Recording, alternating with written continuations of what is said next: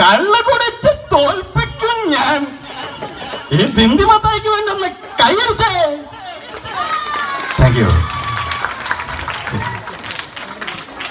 ഇതേപോലെ ഒരുപാട് നല്ല വേഷങ്ങൾ ചെയ്ത കലാഭവന്റെ മുത്ത് ഞങ്ങളൊക്കെ ആഗ്രഹിക്കുന്ന അല്ലെങ്കിൽ ആരാധനയോടുകൂടി കണ്ടിരുന്ന മിമിക്രി ആർട്ടിസ്റ്റുകൾ കണ്ടിരുന്ന ഒരു കഥാപാത്രമാണ്, അല്ലെങ്കിൽ ഒരു വ്യക്തിയാണ് പെരുമ്പാവൂർക്കാരനായിട്ടുള്ള ജയറാം.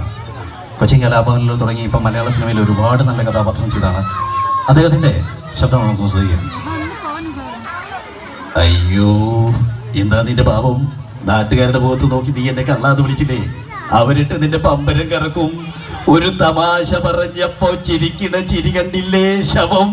ബാലകൃഷ്ണ, നമുക്ക് പപ്പു ചേട്ടന്റെ കടയിൽ പോയിട്ട് പൊട്ടും പപ്പടും അടിക്കാം. പാടാതണ്ടി. സത്യം പറയുകയാണെങ്കിൽ മാളുവിനെ അറിയോ? മാളുവിനെ ഞാൻ ഒരുപാട് സ്നേഹിച്ചിട്ടുണ്ട്, ഒരുപാട്.